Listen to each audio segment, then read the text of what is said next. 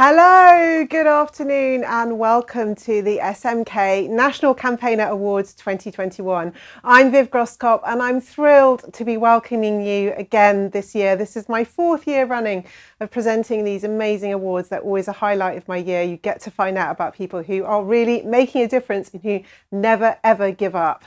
This is our second year of doing this virtually and we've got a real visual feast for you this year. Of course, it's always a shame that we can't be face to face. We can't be in the same room, but we can feel as if we are, as if we hear from you on Twitter and Instagram.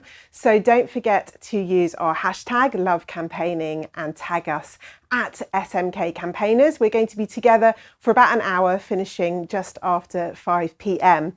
You'll be hearing from another voice as well as me today. Helping me out is Rashid Nix, youth mentor, educator, journalist, social commentator, and a force for change. Thank you so much to Rashid for introducing all of our winners today. Thanks also to our brilliant sponsors, of course, and to all our campaigners. So please sit back, enjoy. I hope some of you have got something stronger than a cuppa on the go, especially those of you who are looking forward to winning today, and have a really, really great time. Let me hand over for our welcome from Sue Tibbles, Chief Executive of SMK.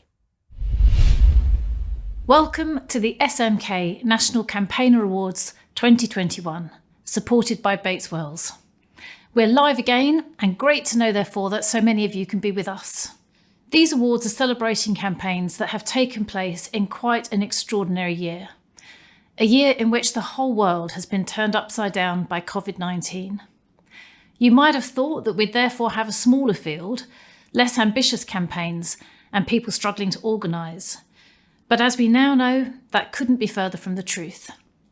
Civil society has been working its socks off, stretching every sinew to not just provide immediate relief, although we have been doing plenty of that, but also to play a full role in reform, ensuring support reaches those who are most vulnerable, bearing witness to injustice and discrimination, protecting our institutions, and standing up to abuses of power. In fact, I would say that this is a year in which civil society has really shown its social power, shown what we are capable of, including people taking to the streets despite the risks because they believed the injustices they were confronting were too important to let pass. Ironically, the greatest threat to protest in decades may be the one that outlasts COVID entirely, the Police, Crime, Sentencing and Courts Bill currently before Parliament. We at SMK will continue with others to work to protect the space to campaign, while also seeking to build the capacity of our sector to drive change. By convening to share evidence and experience and to encourage collaboration, and by building skills and confidence through our training and consultancy. Everything we do is designed to help you unleash your social power. Today, though, is about celebrating. Thanks to all of you out there working to campaign for change. Thanks to all those who have submitted nominations. Thanks to the team at SMK for working so hard, and thanks to Brand Ethos and Wojtek for making us look so good today. My heartfelt congratulations to all the shortlisted nominees. Let's find out who has won. Enjoy the awards. Thank you so much, Sue. Before we jump into our awards categories, let's take a moment to hear from campaigners themselves about the bigger reason we're all here tonight. It's not only to celebrate examples of brilliance, but to celebrate the important role that campaigning itself plays in our lives and in society.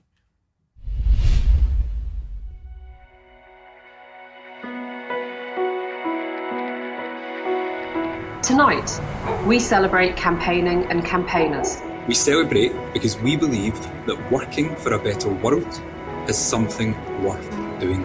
Whether you're changing something big or small, local or national, on a shoestring or with a big old budget, we think you're amazing.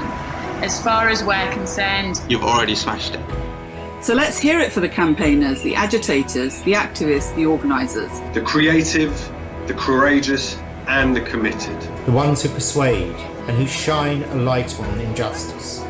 The ones who whisper in ears and shout at the top of their voices. The ones who say enough. The ones who say not here. The ones who say we hold this dear and we will protect it. The ones who say this is what building back better means. The ones who create connections, who say together we can do this, who dream big and won't stop till it's done. We're celebrating you because not many people celebrate the stone in their shoe, the voice on their shoulder, or the thorn in their side. What they forget is that you're also part of the glue that binds us together, the song that unites us, and the story that helps us understand the world. Let's be proud that we want to unleash our social power. Let's be confident that we will have the right to shape our world. Don't let anyone tell you to keep it down or get back in your box.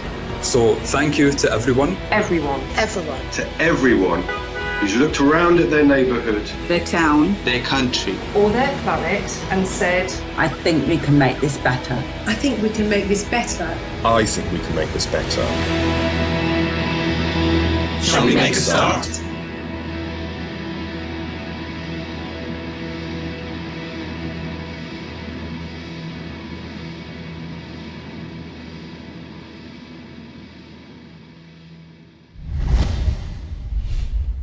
Let's hear it for everyone who won't stay in their box. We want everyone watching to remember that we're cheering on the people who have won today, but we're also celebrating anyone who ever tried to make things better, and that means you.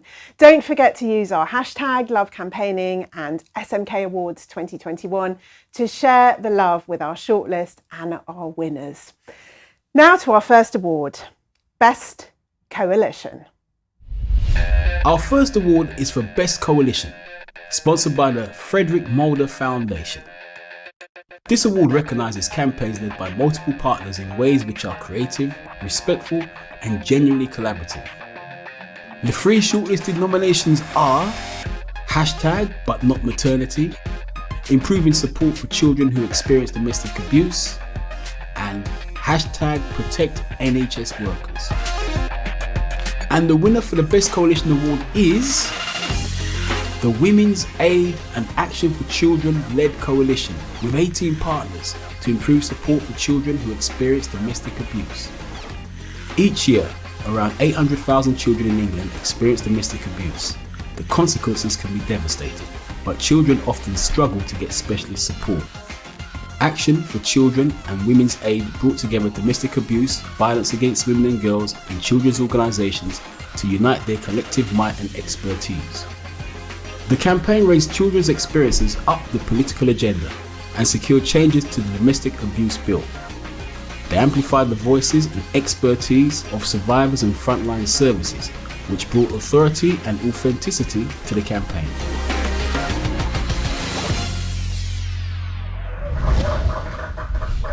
And joining me to receive the reward for Best Coalition, it's Sophie Francis Canfield. Sophie, congratulations.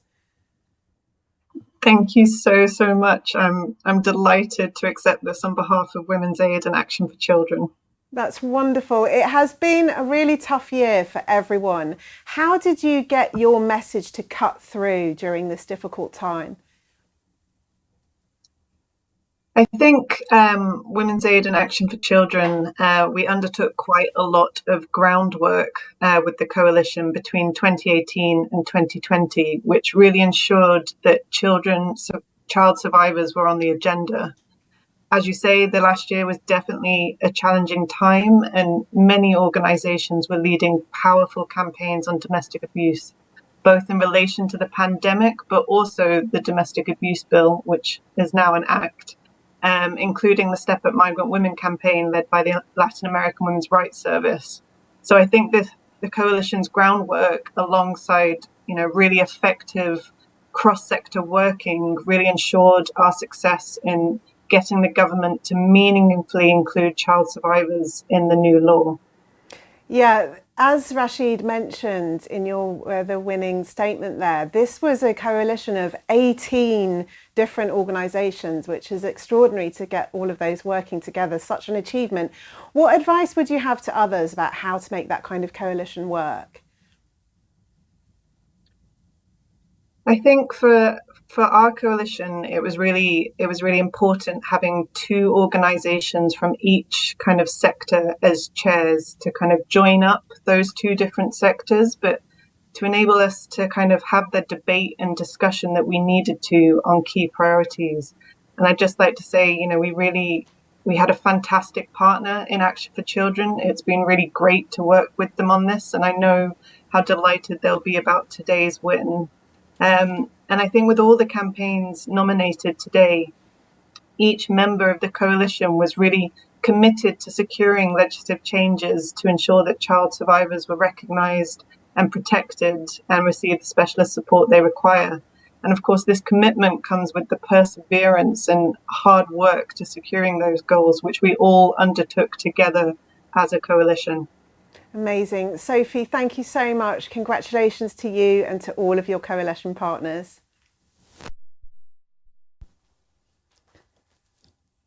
We move now to our next award, Best Use of Law. Our next award is for Best Use of Law, sponsored by the Bearing Foundation. This category celebrates a campaign that has successfully used the law to drive change, whether using legal action to leverage rights and protections or using strategic litigation to strengthen existing or create new legislation.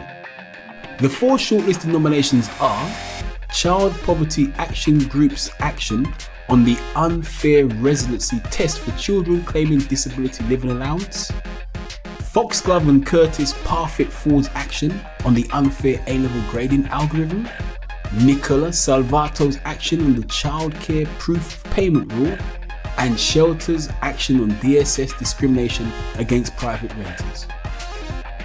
And the winner of the Best Use of Law award is Nicola Salvato for her work on the childcare proof of payment rule.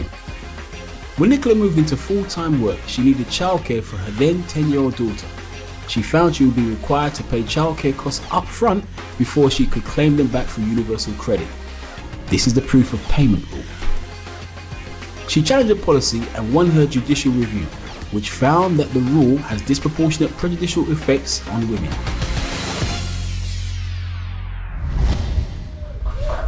Huge congratulations to Nicola Salvato. Thank you. Congratulations, Nicola. How are you feeling? Oh gosh, blown away, over the moon. Thank you. really pleased. Oh, I'm loving seeing that on your face. I can tell how pleased you feel. It's lovely to see. Tell us a bit about your background and how you got into this, because it seems like an incredibly daunting thing to take on, a judicial review. I was cross, basically. I was really cross. I'm a welfare rights advisor. I used to work for Citizens Advice in a part-time role, and I moved into a full-time role. I felt that my daughter would be fine doing after-school clubs and things like that, and I would be less. I'm a single mum, so at that time I was getting tax credits. Change of circumstances triggered a move over to Universal Credit. So I was getting a small amount of Universal Credit. Basically, I qualified to get childcare costs paid through Universal Credit. And I was aware that the tax-free system, that's government support for families earning up to £200,000 a year, is paid in advance. So it was really frustrating then that the Universal Credit support for childcare costs for lower income families, which in the main will be single parent families, was paid in arrears, but only in arrears. You could only claim it once you could prove that you've paid it. And I was just furious. I ended up having to reduce my hours. I had gone into this job. It was difficult with my employer. They, had obviously hoped for somebody full-time. I'd taken this role because I wanted to work full-time, and I just couldn't afford the upfront costs. I mean, summer holidays, my summer holiday bill was £1,700, and as a single mum, I just don't have that kind of spare cash down the back of the sofa. So I realised that lots and lots of other women were having the same problem. Women were turning down jobs, leaving jobs, reducing their hours, and it just seemed really unfair. And the unnecessary stress that it created for me, and the impact on myself and my child's life, it just felt unfair. So I thought, I'm not having this. I'm so glad that you succeeded, because I feel your anger, and I think you would have just got even more angry. What do you have a future now as a campaigner? What have you learnt from this experience? Well, the main thing that I've learned, I think, is that, you know, when you sort of start to voice an idea about something you think might not be fair, or that the government might not be doing correctly or legally within their kind of obligations that's in the statute, people tend to think, oh no, well, if that was the case, somebody else would have thought about that. Somebody else would, surely, you know. So you tend to just think quietly to yourself, okay, well, you know, you just put up and shut up. But what I've realised is that actually we all have a voice, and we all can make enormous change if we speak up and are determined. And don't let feeling like just a regular person on the, you know, don't let that stop you from pursuing, you know, whatever you think is right. Nicola Salvato, thank you so much, and congratulations. What a great message. Don't wait for someone else to speak up. Thank you. Yes, thank you. Let's move now to our next award category, Best Consumer Campaign. Our next award is for Best Consumer Campaign, sponsored by Which. This award recognises campaigns that successfully challenge poor or unfair consumer practice, or promote or strengthen consumer rights and protection.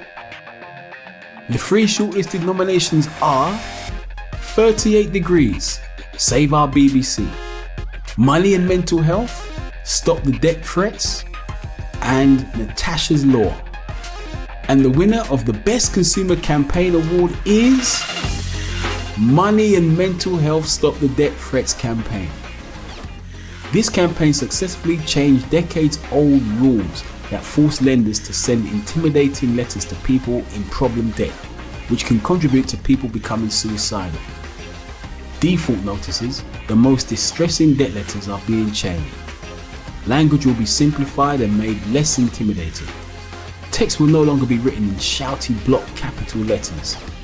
And people will now be signposted to free debt advice.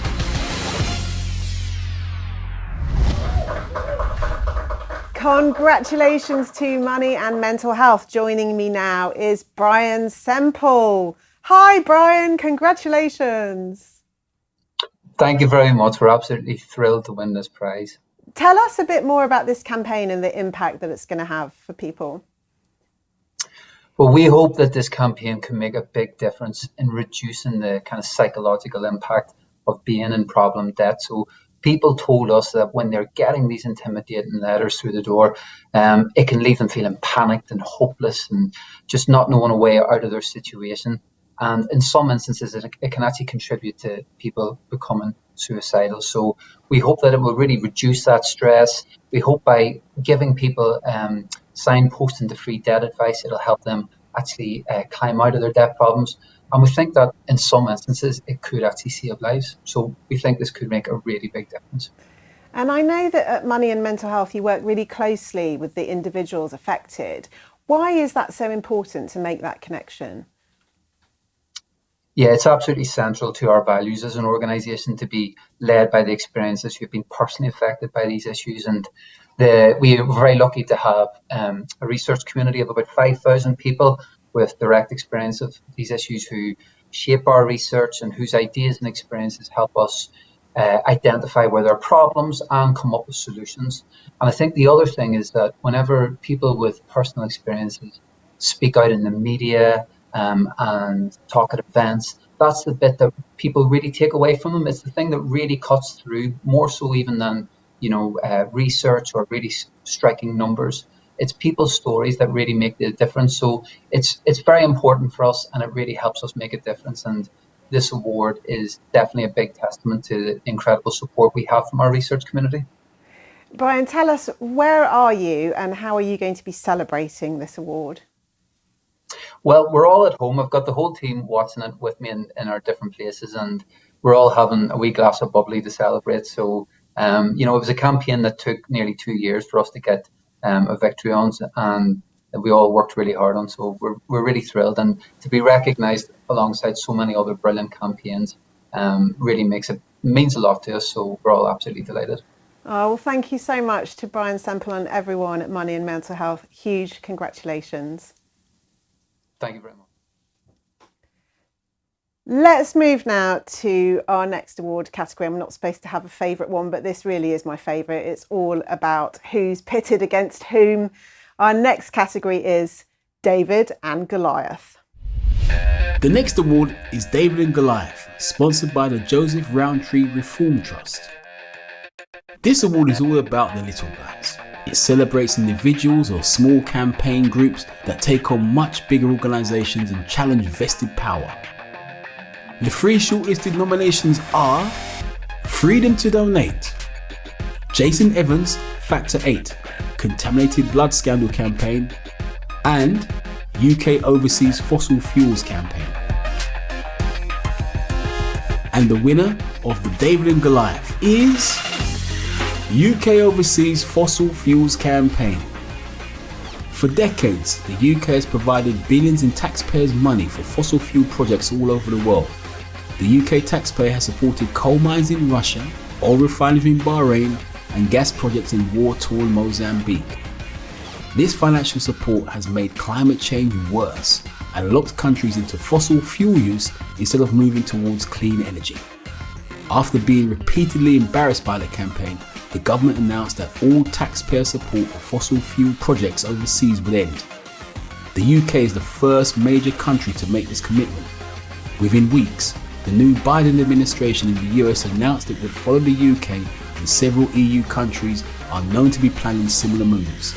The campaign has started a domino effect of countries planning to end their taxpayer support for fossil fuels.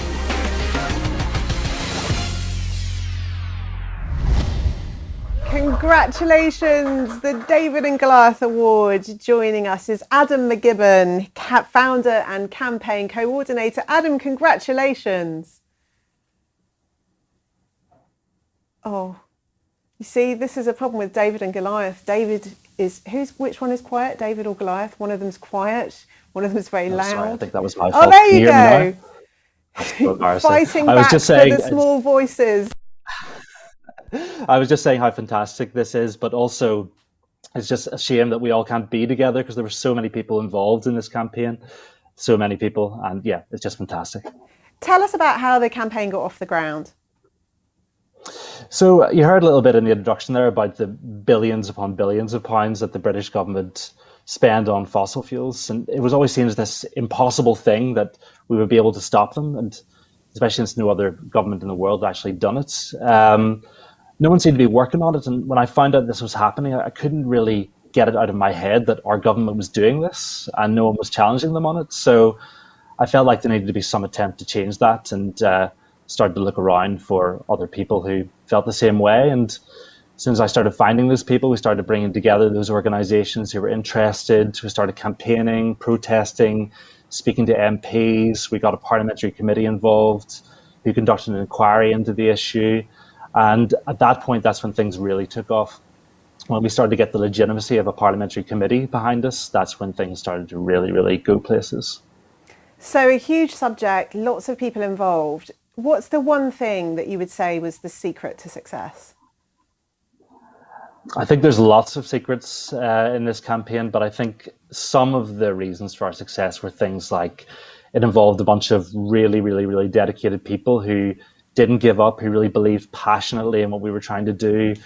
And also, we were all really at peace with the idea of all these different organizations having all sorts of different tactics. So there were organizations involved who very politely were lobbying MPs and giving persuasive arguments, doing very, very comprehensive research. And there were also people who were doing noisy protests, people getting arrested, and there was completely full respect for all those different types of tactics, that real diversity of tactics. And even if they weren't necessarily ones that a particular person or a particular organization felt comfortable with, we all felt really at peace with using all those different tactics. So I think that was a key thing.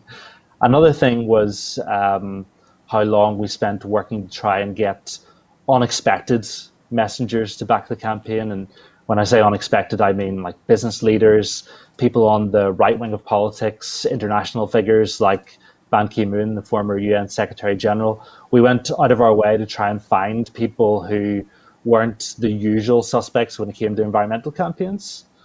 So those were some of the secrets behind the success, I think. Yeah, amazing. Congratulations. Thank you so much to Adam McGibbon for the David and Goliath Award. Thank you very much. Brilliant. Very nice window shutters too.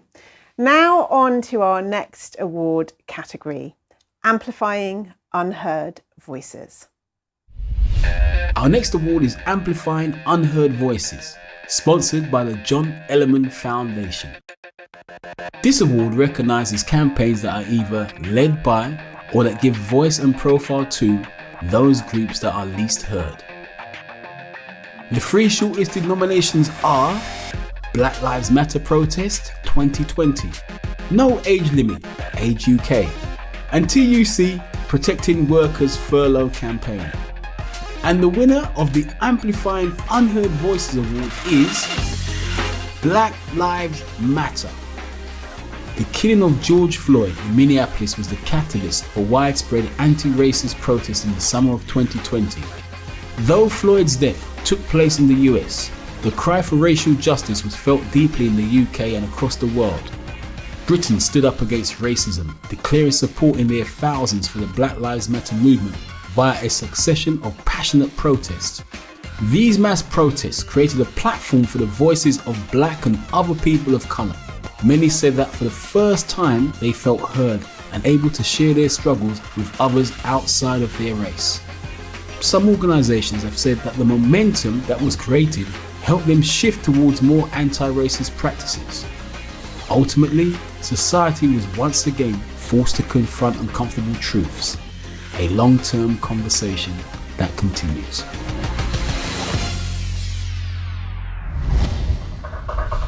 Now, I know all of you watching will know that Black Lives Matter is not a single entity or a single organisation. It's a movement of people united in a shared purpose. A number of groups have been organising under the Black Lives Matter banner since the mid-2010s, but the scale of last year's protests was something really new and exciting. People in more than 250 towns and cities came out in support, from Monmouth in South Wales to Shetland in Scotland. At the heart of all that was a new generation of young Black Britons. And although the protests were inspired by actions in the United States, they were firmly rooted in the British experience of racism. And it's worth saying what that includes. Racial discrimination in the criminal justice system, including the high rate of deaths of racialised minorities in police custody, the Windrush scandal and the further damage to trust in government, the lack of formal education about the realities of the UK's colonial past, racialised health inequalities, including higher coronavirus death rates for Black Britons and people of colour. Most people within the Black Lives Movement are working with little or no budget at all and have been offering their time and energy for free. We are sending awards to UK BLM, All Black Lives and Tribe Named Athari in recognition that they, alongside many organisations like them, have enabled thousands of others to participate in the protests and campaigning that has followed. But there are many, many more that deserve recognition. So if you have been involved in Black Lives Matter in whatever way, please know that this award is also for you. Joining us as an important voice in this movement is Natasha Johnson, co-founder of All Black Lives UK. Natasha, thank you for joining us. Tell us, why is Black Lives Matter such an important movement? Black Lives Matter is such an important movement because it's about being equal. So everybody in this country being able to have, an equal chance at life. My grandparents came over in Windrush to give us, their family a better life. And I'm doing it for all the people that, have been here in this country and not received justice. It's about making sure that, my kids don't have to go through the same things that we're going through, and to amplify the voices of Black Britons who have not been listened to since Black people have been in this country. And it's really important to continue to push for that. What has given you real hope and inspiration about what's happened over the past year? I think because we were able to mobilise so many people, that weren't just Black people, people who were working towards equal rights and had seen, all the things that Black people had gone through and thought enough is enough. So I was really, really surprised at the turnout and how many people are still actively amplifying voices. And this is, of course, a campaign that is ongoing. If anyone is watching and thinking, what can I do now? What can I plan to do over the next year? What advice would you have for people? I would say keep up to date with all sorts of youth Black-led social medias. Make sure if there's any protests that you are there in solidarity. Numbers is a massive thing, being able to be a big group of people. And I would just say have the conversations, even the ones that, make you feel guilty or make you feel bad. That's good, because it means that you are feeling, how it feels to kind of have these conversations on a daily basis and have it, be the revolver of your life. So I definitely think just being a good ally and showing up and standing up and fighting back is the best advice I could give. Brilliant. Natasha Johnson, thank you so much. Thank you. Now, we're nearly halfway through the SMK National Campaigner Awards, and we have something a little special for you. We've brought back two of our wonderful winners from last year's awards to tell you how they have been getting on.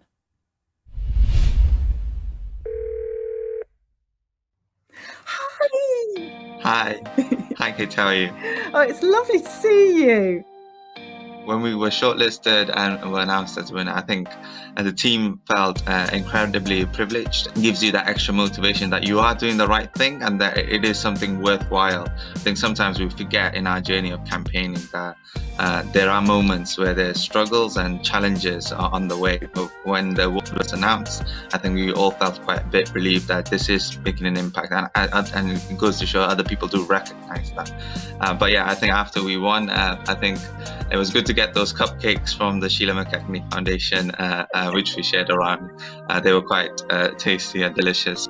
Yeah, I think you touched on something really important there, because I think, not being a professional campaigner myself and us being a team of volunteers, I think I've always felt a bit like an imposter in the room, and winning the awards, it sort of gets rid of that self-doubt, because you realise that you've been awarded something by your peers and that what you're doing is having an impact and making a difference, definitely. Yeah.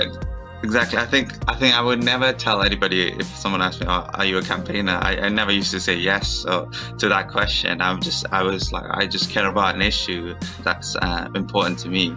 But yeah, I think award. I think it's important to recognise the work that you do and the team around you, especially around campaigning. And I think it's just embracing that identity fully. And I think the awards went a long way in doing that for you. It was nice for us, especially because it was virtual, the ceremony, and everything that we do is online and virtual. So actually having our award presented digitally and it being the digital campaign, there was just like a serendipity to that, I think. Yeah, I mean, I think we all worked really well, and I think it was good to see some of the other campaigns such as yourself. Yeah, and seeing the school children especially, I mean, that just made your heart sing. It was lovely. Yes. Waved. As soon as we won, lots of people in Cardiff knew about it and wanted to find out more, so that was really brilliant. And I think, part of our work is really meeting employers, and they want to know that we are credible and can do the work and work with them. So, when they Google us and when they find our profiles online, I think we had a few meetings where they mentioned, "Oh, did you win an award last year?" And we were like, "Oh, yes, we did." And that it goes to show they build that trust with employers. So I think, all in all, I think it raised our profile, motivated the team, and also it really gave us that credibility in going further and targeting more employers to work with us. Brilliant. It's meant that people come to us now. We don't have to go to them. There's newsprint and radio and podcasts and things like that we've been invited to do. So that's great. We've also gained in confidence. I think that's been really important because it's meant that we've started to apply and won our first grants, which means that we can expand our reach and impact of the campaign. So yeah, it's had a massive impact actually. Still buzzing about it to this day, to be honest. Yeah.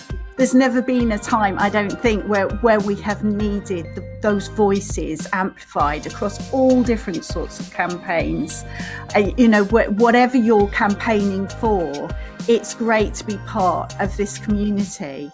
Because again, we're saying that it's quite isolating, and you never know that what you're doing has any validity. But having that validity from the SMK Foundation, it does help. Yeah, I completely agree with that. I think, the pandemic especially has highlighted the need and importance of campaigners in highlighting the issues, the inequalities, and, the struggle of so many people in this country. And I think campaigners do amazing work in making sure those voices are heard at places of power.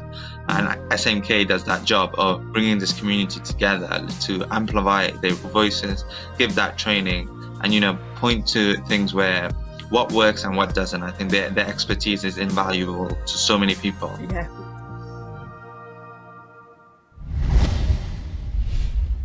Thank you so much to Katie and Nirushan. Aren't they just so lovely? It's so great to see your campaigns and this ceremony making a difference in people's lives. Social media reminder, I know we're virtual, so we can't hear you all, but if you keep using our hashtags Love Campaigning and SMK Awards 2021, then we can see that you're all jumping up and down on your sofas. I really hope somebody is literally going to make a viral video jumping up and down on their sofa. Let's move now to our next award, Best Community Campaign. Our next award is for Best Community Campaign, sponsored by the Lloyds Bank Foundation. The award celebrates a successful campaign that has taken place at a local community level. It could be led by one or many, but will have led to a change that benefits all of or a significant portion of the local community. The three shortlisted nominations are Brum Together, Kira's Voice, Unsung Heroes Campaign, and Mums for Lungs. And the winner of the Best Community Campaign Award is Mums for Lungs. Mums for Lungs was founded by Jemima Hartshaw and friends when they were walking the streets of Brixton and South London with their small babies in 2017. Something felt wrong. These big smelly cars, so close to tiny kids. Mums for Lungs focuses on campaigning where grassroots parent campaigners can make the biggest difference by raising awareness of air pollution. They and their networks speak to media and policymakers, organise letters and get their hashtag Vote Clean Air trending.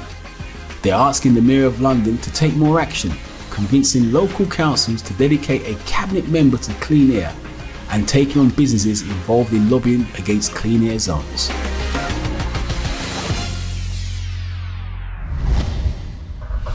Congratulations for Best Community Campaign. Joining me is Jemima Hartshaw from Mums for Lungs. Congratulations, Jemima. Hello, thank you. This is super exciting. So I'm absolutely thrilled and pleased to get this kind of acknowledgement. So thank you so much. Tell us a bit more about how Mums for Lungs got started and how you personally got involved. So I founded Mums for Lungs about 4 years ago. I lived on a very polluted road in Brixton. And, after 6 months of maternity leave, pushing the pram around with my tiny baby, I just got really worried, and I started talking about air pollution to other parents, and it turned out there was quite a big number of us who were really worried about air pollution, fumes and kids, and we started reading about it, saw that air pollution really harms children very much and is primarily from traffic in London. So we wanted to do something about it, and Mums for Lungs started. What has there been around campaigning that has particularly surprised you, perhaps because it was easier than you thought or more difficult than you thought? What have been the surprises? So I would say there were two surprises. One is that when I started, I didn't believe we would be going 4 years later. I thought it would fizzle out, but I really underestimated the huge enthusiasm and support amongst our volunteers and the wider community, media and so on. And I think going and seeing that we got traction kept us going. But the other thing that has surprised me as well is that every week there is new information highlighting how bad air pollution is for our health. And yet London is still toxically polluted, and so are many other places in the country. So I would have actually expected policy leaders to move much faster. Clearly you've already achieved a lot, but what is next on the agenda for Mums for Lungs? Well, Clean Air Day is coming up in June, so we have stuff planned for that. If you don't know about it, it's a great campaign by Global Action Plan every year, and we're definitely joining there. We're really keen to do more stuff in and around school communities, but a really big focus this year has to be the Environment Bill, because the current Environment Bill does not set any targets for air pollution, and we must absolutely see them there. And on a positive note, we're excited that the ULEZ, which is sort of a charging zone for very polluting cars inside of London, is coming in October. So we will be celebrating that, but calling for more action as well. Brilliant. Jemima Hartshorn, thank you so much, and congratulations to everyone at Mums for Lungs. Thank you. Now it's time to move on to our next category, the Young Campaigner Award. Please be aware that one of our shortlists coming up now contains reference to a word most people find deeply offensive. The project was named by the campaigners themselves, so we're honouring its presence but bleeping out its utterance. Up next is the Young Campaigner Award, sponsored by the Blagrave Trust. This award celebrates campaigns instigated, delivered and led by a person or people under the age of 30. The 4 shortlisted nominations are Don't Zap the Zip, I'm Not Your Stop Student Maternity Discrimination, and War on Women, End Sexual Violence in Epsom. And the winner of the Young Campaigner Award is Don't Zap the Zip. At the start of the pandemic, the government announced the suspension of London's concessionary travel programs, including the Zip card for under 18s. It was a decision that would disproportionately hit low-income families at a time already defined by stretched finances and uncertainty. School children from across London began to raise awareness of how important free travel is to young Londoners. Using many different campaign tactics, the campaign attracted huge attention on social media, catching the attention of celebrities and the media. Joshua Brown Smith, 14, from Lewisham, launched an online petition calling for the government to reverse its decision, which had already gained more than 200,000 signatures. A second petition, launched by 17-year-old Olivia Farrier, gained more than 150,000 signatures. Alongside this, members of the UK Youth Parliament wrote an open letter to the government calling on the government to re-evaluate their proposals and reinstate free travel. There was a call for unity between the many campaigns, and all of this great work was then unified under one hashtag, #Don'tZapTheZip. Getting the government to U-turn on scrapping free travel was a huge victory for young and older Londoners, and an impressive cross-generational collaboration with organisations like the Child Poverty Action Group and Age UK.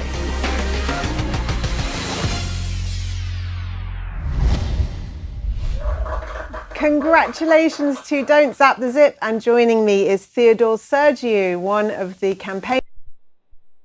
Hello. Hi, how are you? I'm amazing. I can't stop smiling. Thank you so much for this. How did you get involved in this campaign? Is it a campaign that was led by students and young people?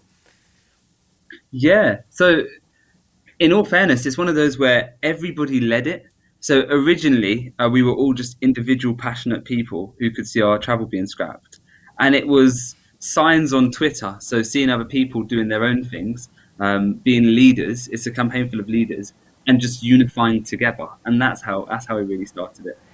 Yeah, you make that sound very simple. And we were discussing earlier with another winner that it's hard to have 18 partners in a coalition. Thousands of partners in this coalition. How do you make those people come together under one banner? So you utilize existing structures that are there, and for young people, I think they're easier and happier to collaborate. I think young people have this sense of, we just want change. We don't want credit. We don't want anything. Just make it happen, and then we'll get back to our normal lives. Being a campaigner, because we're students, it's a part-time job. So all the kind of pedantics, they're not necessary. We really want to get it done. We really want to get to the heart of the problem. And so going on Twitter, we know how to use it better. We know how to look around for each other. And so when you utilize these existing structures and Twitter at the same time, then you could have a Zoom call with over 50 people, as we had, 50 organizations. And what do you think you'll take into your future campaigning? I really learned the idea that you learn from so many people and so many ideas. So as you said in the video earlier on, our tactics were so vast and various. We went from hiring Parliament Square and doing interviews to writing articles, open letters, petitions. And I couldn't have done that alone. So it's all the ideas, whose expertise in what, and who's going to support them in doing what, and allowing people to find their strengths in every campaign, rather than really saying we can only take this path as a group. You're really individually working and supporting each other, if that makes sense. Yeah, brilliant. Love your enthusiasm. Thank you so much, Theodore Sergiu, and congratulations to you and everyone at Don't Zap the Zip. And now to a new category for 2021, Campaigner of the Year. This recognises and celebrates a change maker, campaigner, agitator or disruptor who has demonstrated a significant commitment to social change, whether locally or nationally. To announce the winner, we have Rosamond McCarthy Etherington from our awards title sponsor, Bates Wells. Bates Wells is absolutely delighted to become a title sponsor of the SMK Awards. As a law firm with a difference, we are an accredited B Corp. That means we aim to balance profit and purpose. And we do think that campaigning and campaigners are a really essential part of a healthy democracy and a healthy society. That's why we work with so many people who want to really challenge the status quo. I should say that SMK received nominations for some incredibly impressive and courageous people in this new Campaigner of the Year category. And I'm delighted to say that the winner is a campaigner whose passion and commitment is rooted in her own experience. One who has brought to bear every ounce of her expertise and knowledge and persuaded others to do the same. So, our Campaigner of the Year is Jolie Brearley. Jolie Brearley started campaigning for the rights of working mums in 2015 when her employer sacked her the day after she announced she was expecting her first child. Jolie founded Pregnant and Screwed, initially as a place for women to come together to tell their stories of pregnancy and maternity discrimination anonymously. Since then, it has recruited dozens of volunteers and 4 employees and has supported thousands of women with free advice. In a parliamentary debate, Stella Creasy MP summed up the impact that Pregnant Then Screwed had under Jolie in 2020. And she said, as a small operation, they have had a mighty impact on our understanding of just how much women who are pregnant and new mothers are suffering during this pandemic. The work they have done to uncover the inequalities and the impact of legislation or the lack of impact has been absolutely staggering. Thank you, Rosamond. Campaigner of the Year, Jolie Brearley. Congratulations to you and everyone at Pregnant Then Screwed. How are you? Hi, Viv. I mean, I'm terrific. What a brilliant honour. Thank you very much. It's very much deserved. Tell us about how all of this started and how you got involved. So I was 4 months pregnant with my first child, and I informed my boss that I was expecting. And the next day, she sacked me by voicemail. And my employer was a children's charity. Yeah. So it just goes to show that no sector is immune. And I went on to try and do something about it. I tried to access some form of justice and found it completely impossible. And that experience just ate away at me, and I couldn't stop thinking about it. And so I set up Pregnant Then Screwed initially as a place for women to tell their stories of pregnancy and maternity discrimination anonymously. And that was 6 years ago, and it's just mushroomed into this incredible community of mothers and pregnant women. And obviously you've kept on going through the pandemic. What has it been like campaigning through this period, and what advice would you have to people about keeping on going whilst we're still in pandemic conditions? I mean, if I was to sum it up in one word, I would say intense. When the pandemic started, none of us had any idea how this was going to play out, and it was really scary. We were worried about loved ones. We were worried about whether this was ever going to end. But I was in an incredibly privileged position. I have a job and money, and I have a partner who earns good income. I have 2 healthy children. I live in a house with a garden, and I'm safe in my own home, and I'm white and privileged. And so it felt like I really needed to do something about it. And I absolutely would not recommend trying to homeschool 2 children, write a book, and run a charity when our workload quadrupled overnight. But still, that gave me the impetus to really push for some positive change. But the downside of that was that we burnt out. Me and my colleague burnt out after a few months because we were working constantly. We were so concerned about pregnant women in particular. So my advice firstly would be look after yourself. Self-care, I hate the term, but it is so crucial. You're useless, completely useless if you're burnt out. And I would also say, as Theodore said, collaborate.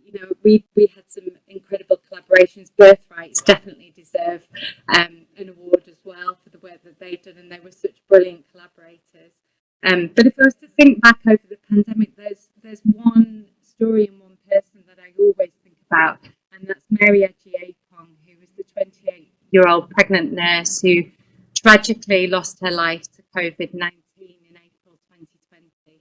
And before that, we've been working very hard to try and keep pregnant women safe because nobody knew the impact it would have on pregnant women and their children. And then Mary died, and that hit us incredibly hard. And she really is emblematic, I feel, of how pregnant women were ignored during this pandemic. She's a Black pregnant woman who was working on the front line, who spent her life caring for others, and then tragically lost her life. So when I feel down, I get energy from thinking about Mary and fighting for women like her. Brilliant. Jolie Brearley, thank you so much. Congratulations to you and everyone at Pregnant Then Screwed.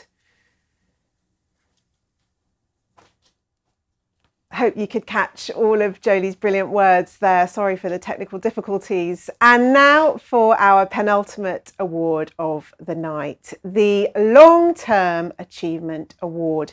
Traditionally, we ask last year's winner to pass on the baton, but sadly, Reverend Paul Nicholson's award was presented posthumously in 2020. So instead, to tell you about our 2021 winner, I'd like to welcome Helen Lewis. Helen is a staff writer at The Atlantic and a former deputy editor of The New Statesman. She's also the author of Difficult Women, A History of Feminism in 11 Fights. It's an honour to announce this year's winner of the Long-Term Achievement Award. Fighting for change is difficult and often messy. Success can be hard to define, and it is rarely the product of one person's efforts, no matter how impressive. the toughest things to change are the systems of power themselves: patriarchy, capitalism, institutional racial bias. For that, we need thinkers and activists, people who can open our eyes to injustice, and people who can show us how change happens. Occasionally, a person comes along whose experience, analysis, and sheer fighting spirit means they can do all of that. We usually only recognise them in hindsight, but when they come along, they are a gift without equal, because they create new space to imagine a different, better way of living. Selma James is one of those people. Born in Brooklyn in 1930 to a working-class Jewish family, living on a street where white and black neighbourhoods met, Selma James lived intersectionality before it had a name. As a teenager, she joined a splinter group of the Workers' Party, led by the historian and anti-colonialist CLR James. When her first marriage ended, she stayed close to him, and as McCarthyist harassment by the US government escalated, they eventually moved to the UK and married. Living in the US, UK, and Trinidad, Selma saw firsthand the impact of those big three power structures. The Wages for Housework campaign, of which she was a co-founder, challenged the feminist movement to consider the toll of women's unpaid labour, both physical and emotional, and to integrate race and class into their analysis. Some of her ideas, for example that all sex is work, were greeted with outright hostility and remain controversial today. But Selma James has never courted popularity. Perhaps her deepest value to younger feminists is the very fact that she is difficult. She shook up, she berated, she challenged, and she simply would not go away. By normalising the idea that we should question the basis and value of unpaid labour, she helped move forward our shared story about life as a woman in modern society. Her ideas are still valuable in today's debates about the future of social care, universal basic income, or the 4-day week. There is simply not enough time to do justice to Selma's ideas and her single-minded determination to spread them around the world. So I will simply say, thank you, Selma, for being inspiring, frustrating, and eye-opening. This year's much-deserved Long-Term Achievement Award goes to Selma James. Hooray! The Long-Term Achievement Award. I'm thrilled to welcome the winner, Selma James. Selma, how are you? Congratulations. Well, thank you very much. I'm a bit overwhelmed. I wasn't quite expecting, that acknowledgement, and I'm happy to get it. And I know how many people worked with me to get it. I know it was a collective enterprise, and I'm happy for that. I feel honored also by all the people who have worked for this award in a way. Thank you very much. Well, it's so deserved, and no one has been in this for a longer term than you have. Over this long term, and in all the causes that you've championed, where have you seen the most progress? They were all the other piece for me. I can't conceive of the liberation of women without the liberation of Black people, for example, without the right to move freely in the society, without the rights of people who have disabilities, without the strength of single mothers, without all the struggles against exploitation. And without this fight against war, so many people at this moment in time are facing bombs from the sky in Gaza or in Burma and elsewhere. So I don't separate things like that. I find that we have to find the connection between things and between situations and therefore between people in order to get anything done, because we must, as much as possible and increasingly, move together against injustice. But I certainly feel that the struggle against racism at this moment in time is very important, although the basic struggle is against poverty. And first of all, women's poverty and children's poverty.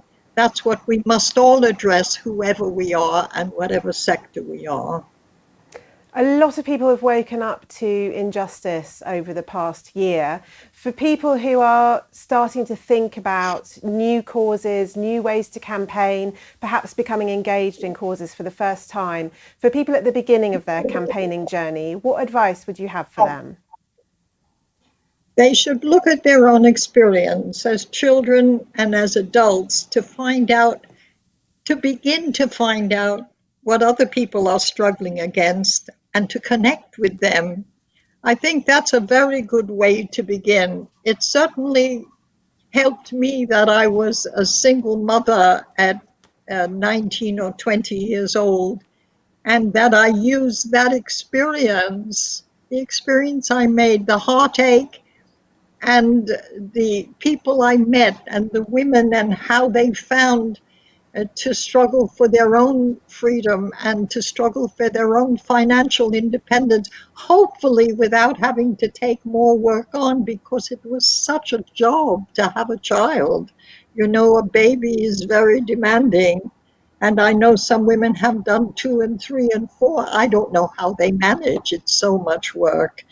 So I think if you begin with your own experience and your own, I won't say struggles, because you don't know sometimes when you're struggling against injustice that you're suffering. You react, and that reaction is precisely your struggle, or at least the beginning of it. I think that helps a great deal to find your way and to stay with reality. You know, most politicians leave reality behind when they take position. Women do. Selma James, thank you so much for all the work that you've taken on, and huge congratulations on this award. Thank you very much for having me. And I feel this is part of our struggle for the care income that we want. We want an income for carers, women, men, every gender. And we want that same care to be given to the environment, to the natural world. And we want all who care to get paid so they can do the caring. You can't pay for caring, but you can allow it by giving an income to the people who do it, beginning with women. Thank you so much. Wonderful. What an inspiring woman. Now, finally, throughout the SMK Awards season, we have been keeping a small secret, but at last I can share it with you. This year, for the first time, SMK decided to create a special recognition category for Campaign of the Year. Here to tell you all about it, it's SMK Chief Executive Sue Tibbles. Hello, me again. I hope you're enjoying the awards. Now this year, SMK reserved the right to present a special award to a campaign that we think particularly excelled. Not just because of what they won, but also how they won it. This year's winners did something extraordinary. Their public campaigning was led by someone who drew directly on personal experience. They created a platform for anyone who wanted to share their testimony, and never sought to stereotype, dictate or shape how they chose to tell their story. They channeled a powerful collective narrative that started to dismantle the way that many of us think about poverty and inequality. They unified people from every part of the political spectrum, and they kick-started a movement of people who wanted to address the injustice in whatever way they could. If its motive was genuine, no help was turned down and no support was out of bounds. They didn't try to do it alone. They worked with every kind of expert, people with direct experience, national charities, decision makers, communicators. I am delighted to announce that the first ever winner of SMK's Special Recognition Award for Campaign of the Year goes to the School Meals campaign, spearheaded by Marcus Rashford and FareShare. It has been an incredible example of inclusive networked campaigning that allowed room for everyone to do what they could. And not one, but 2 dramatic government U-turns at a time when people needed it the most. Congratulations to Marcus, FareShare and anyone who is helping to end child food poverty one step at a time. Hear, hear. Thank you, Sue. Yes, the school meals campaign made a huge splash and energised a movement of millions, all committed to ending child food poverty. It's also inspired a whole new generation of young campaigners to believe they can shape the world and its future. To accept the award is Chief Executive of Fair Share, Lindsay Boswell.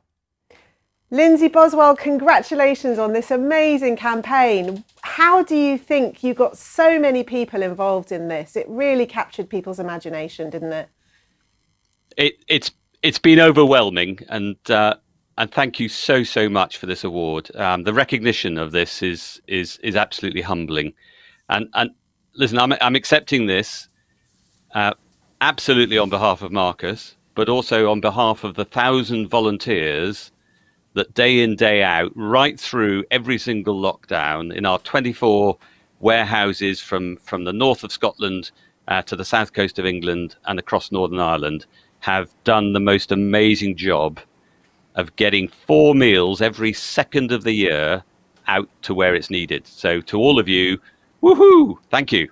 Loving your woohoo. That felt very well nourished woohoo, much deserved. Now tell us what the secret was to getting so many different kinds of people involved in this campaign, because this cut across politics, it cut across generations. What was it about this campaign that really allowed people to get behind it and work together? That's a really simple question to answer. 2 words: Marcus Rashford. Marcus, as you said in the introduction, or as Sue said, Marcus has the authenticity and the lived experience, but also a way of words that enables people to get and understand that actually, yeah, things do need to change. And the